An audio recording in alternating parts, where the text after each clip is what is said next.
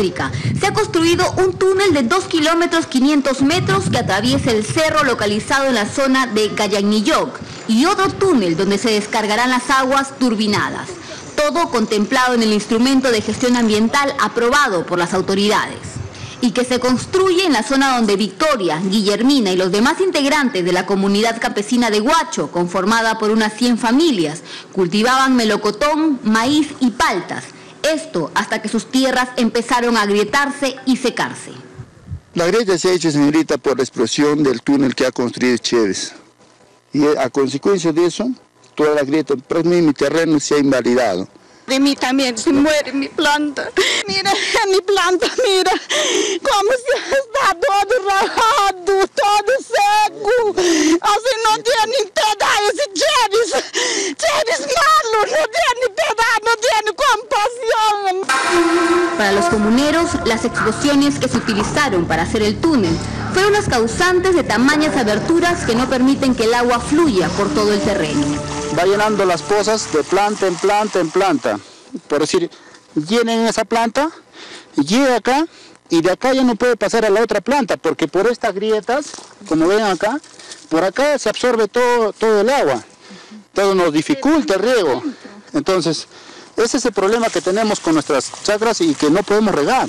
Es decir, antes había acá una especie de canaleta para que circule el agua, pero por las grietas el agua se cae, ya no pasa. Por ahí ya no pasa exactamente el agua ya. Cerca de 100 familias que tenían aquí sus parcelas están siendo testigos de cómo sus tierras han dejado de producir. En busca de una solución decidieron dialogar con la empresa Chévez, pero se encontraron que para los empresarios las fisuras del terreno no son de su responsabilidad.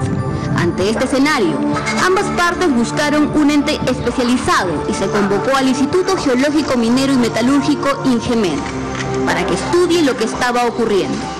¿Se utilizó explosivos para realizar este túnel?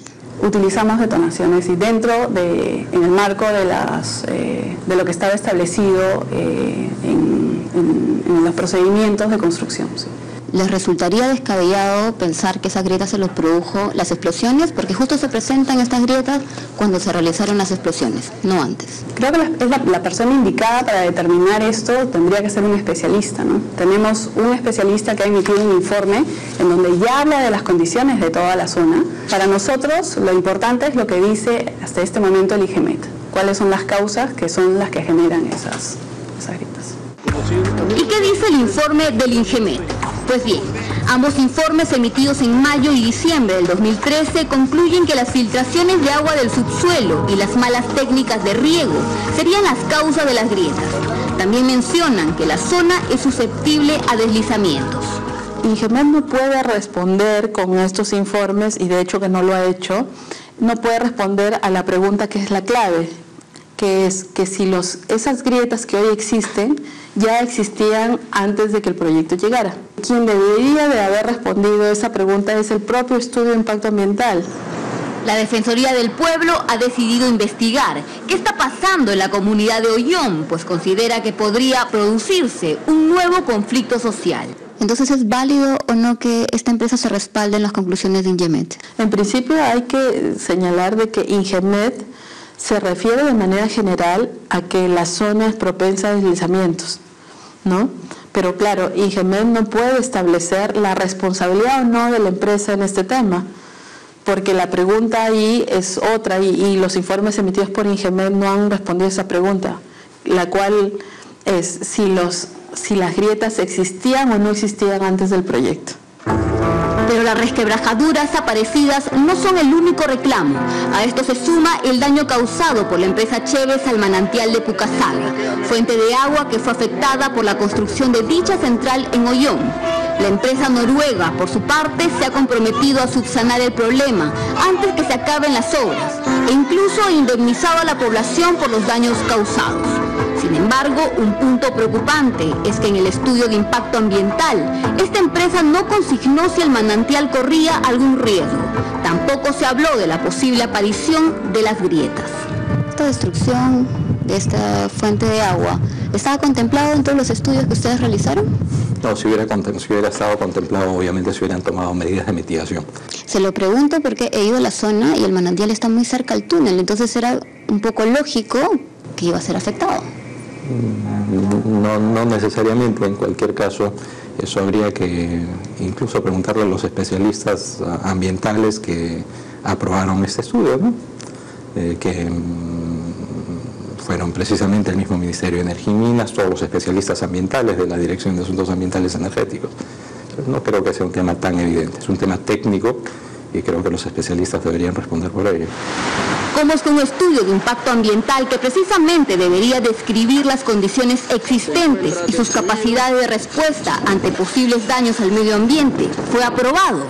¿No cree usted que ese sería un error?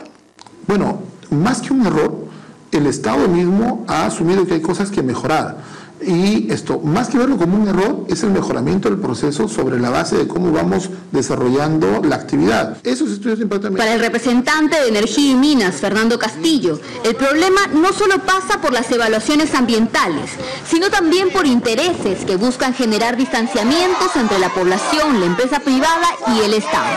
La comunidad no le ha solicitado que resane ni que solucione el problema, ha pedido indemnización, y que es lo que nosotros venimos conduciendo. Entonces, como producto de este pedido, se determinó, bueno, veamos quién es responsable de estos deslizamientos.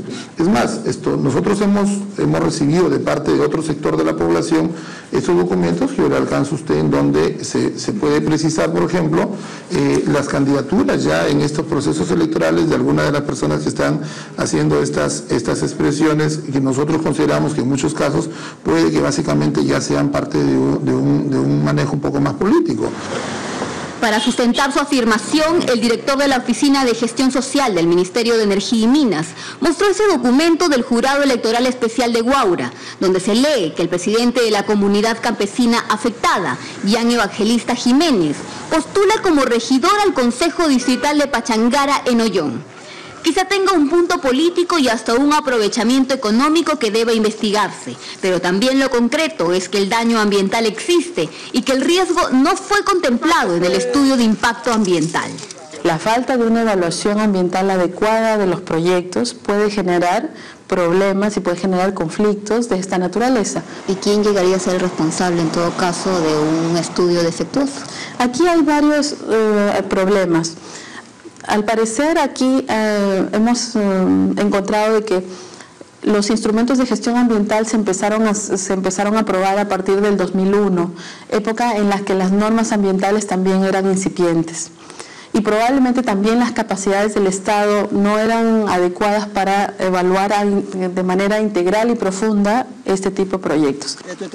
Frente a este escenario de tierras que ya no producen, plagadas de grietas, con un manantial casi seco y con una población que se enfrenta a la empresa constructora, la última palabra la tiene el OEFA, Organismo de Evaluación y Fiscalización Ambiental. Ese manantial estaba tan cerca al túnel. Claro. Era obvio ponerlo como que iba a estar en riesgo. Entonces, ¿qué denota ahí? Que no se consideró, ¿no? O sea, ¿hubo una deficiencia tal vez en la ejecución del estudio de impacto ambiental? No se consideró, es lo que nosotros sabemos. Lo ideal hubiera sido que se considere, ¿no? Si estaba tan cerca del área de operaciones, ese cuerpo hídrico, lo ideal es que se hubiese considerado, ¿no? En todo caso, ¿usted considera que aquí hay un estudio de impacto ambiental deficiente al no haber contemplado en qué situación encontraron el terreno? Eso es lo que vamos a definir al cierre de la supervisión.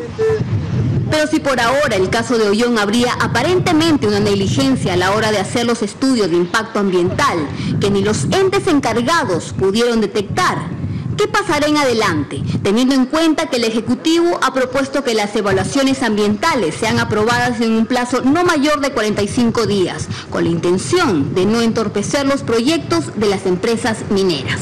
Casos como los que ustedes han encontrado, creo que el ejemplo de Ollón es un excelente ejemplo, me da la impresión que se van a agudizar y se van a multiplicar. Y sobre todo se va a ahondar esta suerte de brecha, de diferencia entre el Estado, sus autoridades, sus ministerios, sus organismos adscritos y la población, que lo que quiere es que sus derechos también sean protegidos. En otras palabras, los límites máximos permisibles por emisiones como plomo, cadmio, monóxido y dióxido de carbono, entre otros, y los estándares de calidad ambiental ya no serán fijados por el Ministerio del Ambiente, sino por el Consejo de Ministros. Además, el OEFA, que es el ente encargado de la fiscalización ambiental, ya no recibirá financiamiento del Ministerio del Ambiente, sino del Ministerio de Economía. ¿Qué significa todo esto para especialistas como José de Echave, ex viceministro del Ambiente?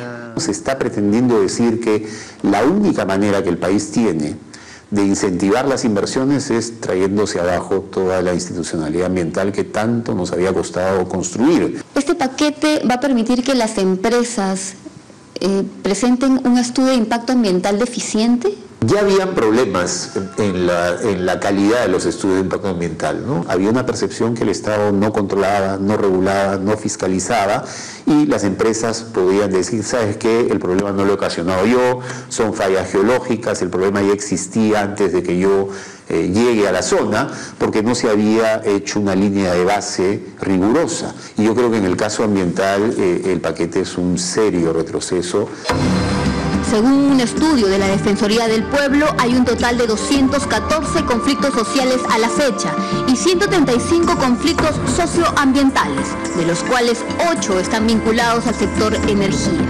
Frente a estos reclamos, ¿qué costos ambientales y económicos producirán las últimas medidas dictadas por el Ministerio de Energía y Minas respecto a los estudios de impacto ambiental? ¿Qué pasará con comunidades como aquella donde viven Victoria y Guillermina, que ven morir sus tierras y su manantial con el beneplácito de las autoridades? ¿Serán las indemnizaciones suficientes para apagar los amagos de un posible conflicto? Cuidado, que celeridad no siempre significa eficiencia.